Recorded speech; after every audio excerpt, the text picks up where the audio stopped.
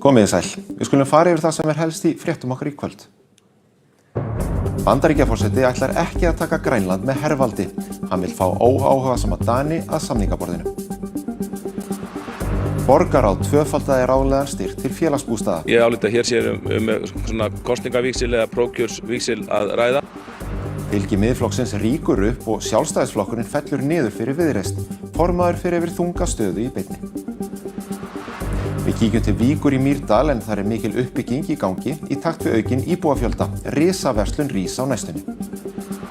Handboltalandsliðið flaug áfram í milliriðil EM með fullt hús stiga en var fyrir áfalli í lokaleiknum. Við tökum stöðuna á strákunum okkar. Og við skyggnumst á bak við tjöldin í íslenskri útgáfu af Taskmaster og könnum hver með mesta keppnisskapið.